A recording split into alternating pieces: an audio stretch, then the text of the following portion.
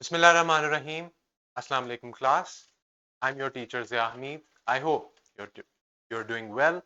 I want your attention because we are going to dive in English 9th, and for that, now today this is our lecture number 4, and we are going to dive in the competency of reading and critical thinking. So this is all about when you're reading something, how can you identify different things that we are going to see over here. Now,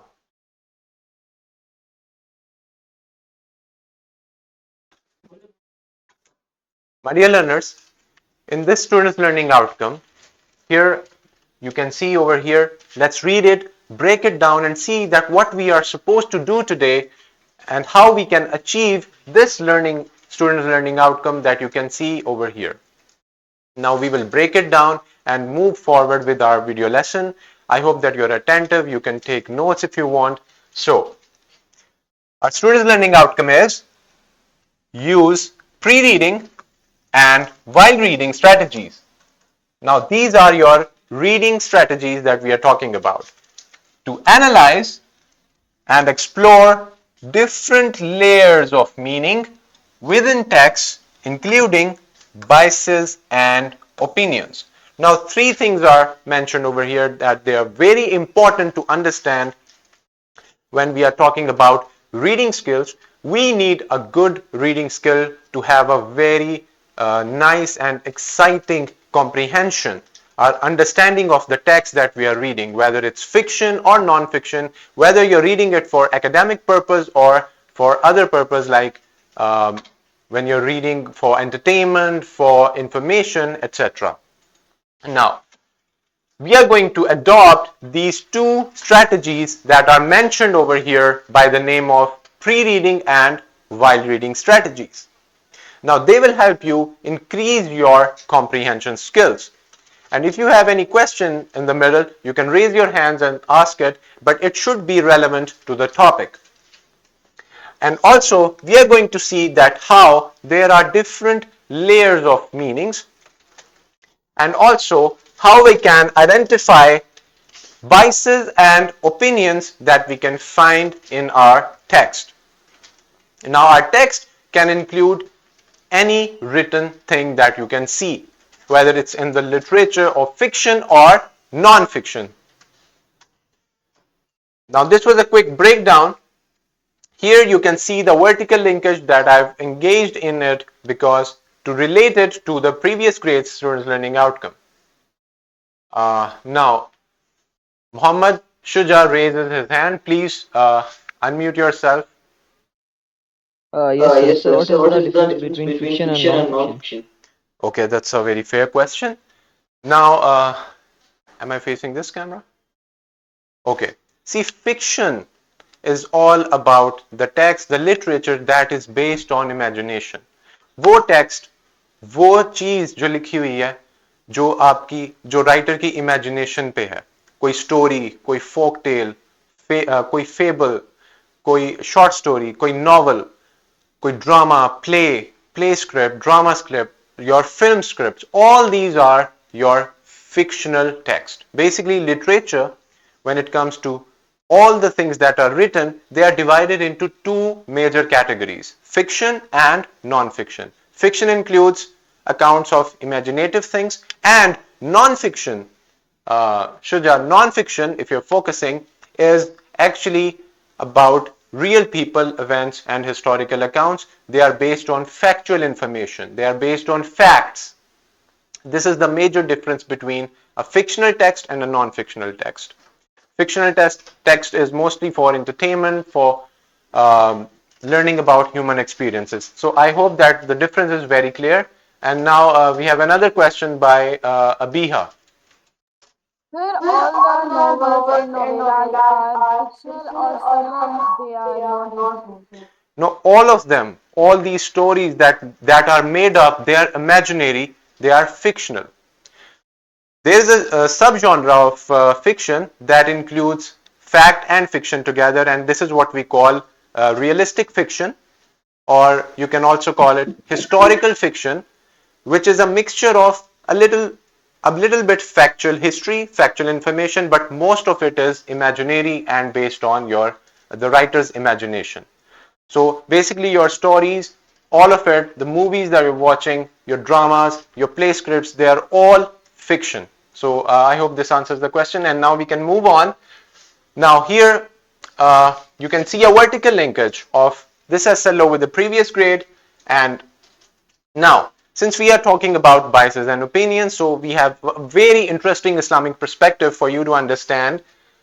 This is a hadith by our Prophet sallallahu alaihi wasallam. It is narrated by Salama radiyallahu ta'ala anha. The Messenger of Allah sallallahu alaihi wasallam said, "The one whose counsel is sought is interested." Now, what does this mean? When someone seeks your counsel, your opinion on something, when they are in trouble and they don't find any other way, so they come to you. Now you have to give a solution of that problem, which is without any bias, and you have to be true and loyal to the situation. So with their trust and confidence, it is important to take it seriously and provide them with wise advice. This is very important. That will help them make the best decision for themselves. So you need to understand that when you are making a point, or when you're advising somebody for something, that should be without any bias. It means that you should not show any favoritism in that opinion, in that decision. And that decision, that remark that you are making should be free of any biases, and you should also not include your opinions, but rather stick to the facts so that you can give an honest, truthful and meaningful decision or problem of solution of any problem. So this tells us that it is very important that we sort out and we learn about our own biases and biases in our decisions, or when we are telling others about it. So this is very important. And we learned the translation of the hadith of Rasulullah sallallahu alaihi wasallam. Now, as usual, you know that before we begin our lessons, we do a very interesting brainstorming session, right? And that brainstorming session for today is having a very interesting prompt that you can see over here. A company is hiring for a new position. The hiring manager prefers candidates who graduated from a particular university because they believe that graduates from that university are better workers. Now, before we move on, we can take another question by Abiha, I guess, right? Sir, I don't really understand that. Now, what are we going to do? So, Now, can you okay, yes. explain What are we supposed to do is, okay, good question, is that we need to have skills of reading. And in that reading, when we are reading something, we need some strategies, pre-reading, while reading, and we need to identify biases and opinions in the text. This is what we are going to learn. How do we identify bias and opinion? What are these two things? We will explain it later in the coming slides. So stick to it, and this is what we are trying to do. Our main focus is on reading comprehension, reading something, anything that is in front of you, and trying to identify, be very critical about it and identify your bias, the biases and opinions that are present in the text, so that we are very clear of getting the right information. So this is our purpose of this lecture today. Now, this scenario is really very interesting. If you have read it with me, a company is hiring for a new position, but they want candidates from a particular university because they think the hiring team, the HR, he thinks that this particular university graduates are better workers. Now he already he has a prejudice. Usne, to make it sound, because I'm going to use Urdu as well for some students. अगर हम कहते हैं कि एक चीज या एक इंसान अगर वो यहां से बिलोंग करता है तो वो अच्छा ही है, या वो बेस्ट वर्कर है या हार्ड वर्कर है, तो ये हमारा एक परसेप्शन है. It is, you can not generalized this. You cannot impose it on other people because it is a bias. So this is a very good example of bias. What about other university students? If they are not graduated from the same university, it means they have no chance of getting the job. So this is very unfair. It is a bias that a person is holding toward a particular group or group of people. So can you spot a bias or favoritism? Yes, we can see that there is a very big favoritism that is present in this situation.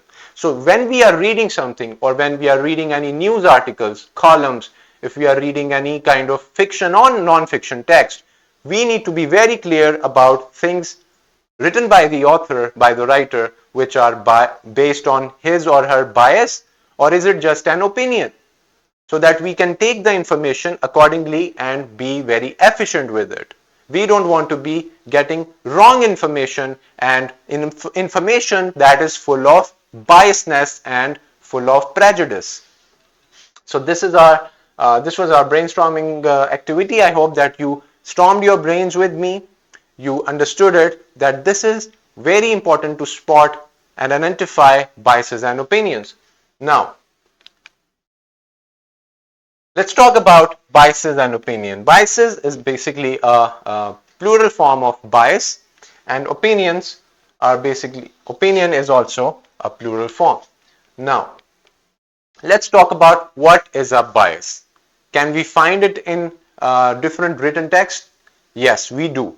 And we need to identify it very clearly.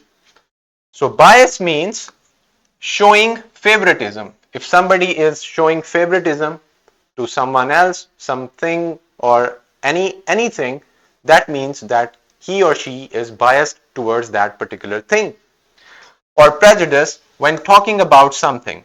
It happens when information is presented in a way that is not fair. Bias can be on purpose, by accident, and it can come from personal beliefs, cultural influences, or other factors. Now, prejudice. Prejudice means this word over here. It means that you have already judged something based on something. So you are doing a prejudice about something. Now, this is dangerous because this will completely this will uh, it will take over all of your understanding and your thinking process. So it needs to be terminated. It needs to be eliminated from your mind and your understanding. Only then you can reach to the right information, and only then you can understand the whole situation. And now, how does this happen? How does a person get biased? How does the author is very biased about something? This is happening because of sharing information that is not fair. It means that information is shared from only one side. One side of the story is shown and the other side of the story is left out. Now this will make the person very biased for that one thing that he is presented to. Now bias can be on purpose. Now everybody can be biased. It is possible. It can be done on purpose. यानी जानबूझकर एक बंदा एक इंसान biased है.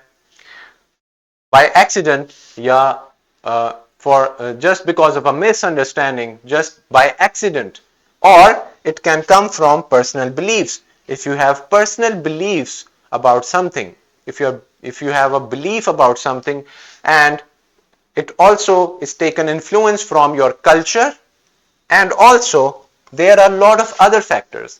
Now when you calculate all these factors, you come to know that this is the reason behind any bias. So these all reasons could be, it could be any reason for a person to be biased. And if a person is biased, now when he or she writes something, that will also actually mirror the biasness that he or she holds.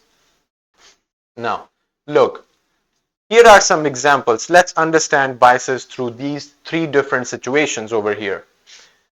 believing that everyone who supports a different sports team is not as good as a friend as someone who supports your favorite team. Now, if you have a favorite team and your friend is supporting some other team, and if you start hating that friend, if you start judging that friend, it means that you have a bias. Now, if you write something about it, it will also contain so much biasness. Now, see, every person is entitled to their own experience and their own opinions. Now, if you are imposing your opinion on somebody else just because you like a particular thing and you're judging someone for this is a very good example of bias. Another one is assuming that people who like the same color as you are more trustworthy or friendly. Now, this is very clear.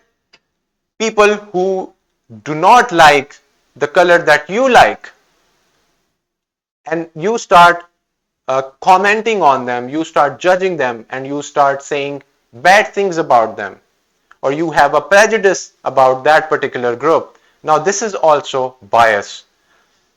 Next, judging someone's personality based on whether their clothes match or not. So, if you're someone who likes matching matching clothes, and your friend, your relative, or other people, other community is not doing so, so it doesn't mean that they are to be left out or they are different people. And if you are having this prejudice in your heart, this will make you biased toward that person, and the reason is not liking the same thing that you are liking. So this is also an example of a bias. Now these three examples tell you very clearly that what is a bias and how we can recognize them easily. Now let's talk about recognizing bias. हम कैसे पहचानेंगे कि ये एक bias है, एक तरफा किसी के दिल में किसी के हवाले से कोई नफरत है, कोई मिसअंडरस्टैंडिंग है, और किस तरह हम इसको आइडेंटिफाई करेंगे. फॉर एग्जाम्पल, अगर हम कुछ पढ़ते हैं उसके अंदर एक कम्युनिटी को गलत प्रेजेंट किया जा रहा है by the writer, now this means that the writer is biased. Or there could be so many other examples and other situations. So when we are reading something like that, we should be very quick in understanding and identifying that this writer, this presenter, or this person is actually biased. Now students should understand that we bring our own prejudices, judgments, prejudgments, and biases to every decision we make. It is important to be aware of them and how they influence us. We must not only recognize our own biases, but also that of the authors and creators of the information we consume. First, we need to be very much clear about our own biases. हम किन चीजों के बारे में biases रखते हैं. अगर हम लिखते हैं तो हमें देखना है कि हम कहीं bias तो नहीं है. और इसके अलावा बाकी creators, other writers, you also need to see them that if they are being biased in presenting any information, if they are presenting one side of the story, one side of the coin, and they are leaving the other side just because they don't like it or the information is not reached to them, doesn't mean that the whole thing is true. It means that you are showing favoritism and you are being biased towards that person or towards that group. So this is how we can recognize our bias. First, you need to recognize your own biases and then the creators and writers and authors. Now, this is all about biases, prejudices that we hold against others, and we make our judgments and share our information according to that information we have, which is based on a very clear bias. Now, what is opinion? This is also a part of our students' learning outcome. Opinion is what someone personally thinks or believes about something. एक इंसान जो ये समझता है या मानता है, यकीन रखता है कि ये चीज मुझे इस तरह समझ आई This is my belief. So all those things are their opinions. It's not based on facts that everyone can agree on. Instead, it reflects an individual's thoughts and feelings, and opinions can differ from person to person. Now, opinion, everybody is entitled to their own opinion. It means everybody can have an opinion. If somebody doesn't like a particular fruit and somebody does like it, it's their opinion. If somebody thinks about someone or something or some idea or some understanding, then two-person or maybe a group of person can disagree with each other, but everyone has their own opinions. Now, wait. Uh, Now, opinions can differ from person to person. We are taking a question from uh, Abiha. Sir, like sometime when we fight with someone or we are talking, so if they comment on us, so we ask them that thank you so much for your opinion and like this. Yeah. So what about that? Yes, that's their opinion. That's not a fact. You cannot prove it scientifically, so that is just their opinion that they are sharing with you. And you may disagree with their opinion, okay? Is that clear? Okay, sir. Yes. Thank you.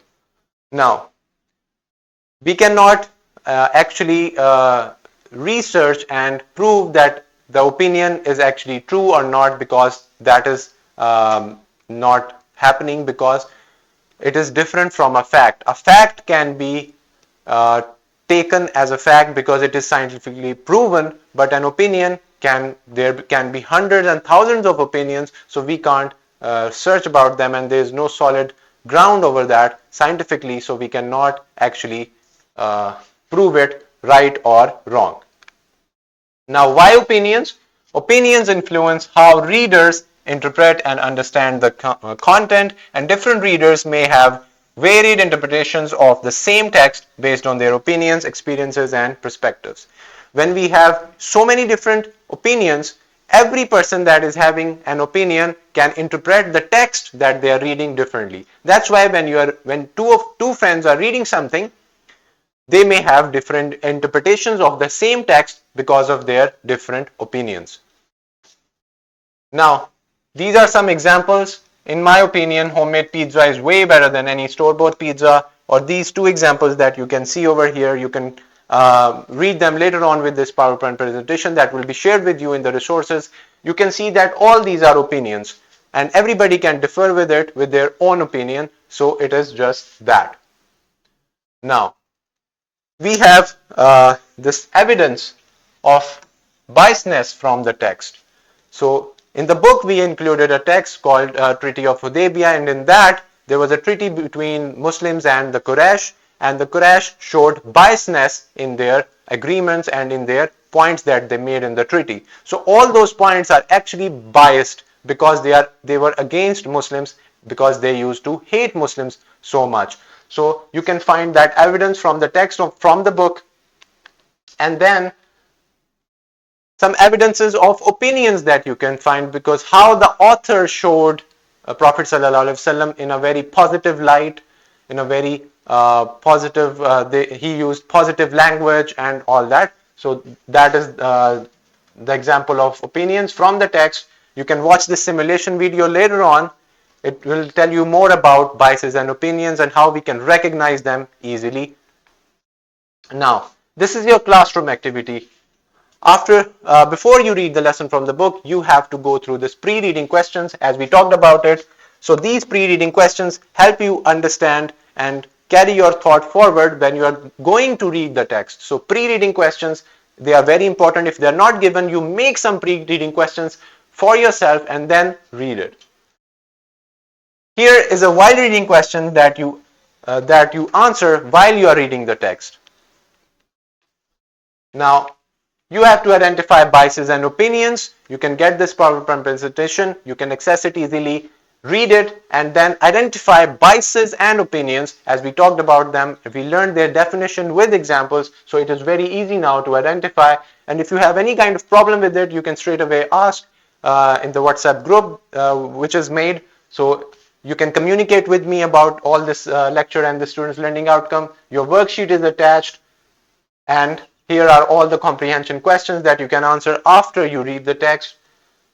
All these resources are attached in the description of the video.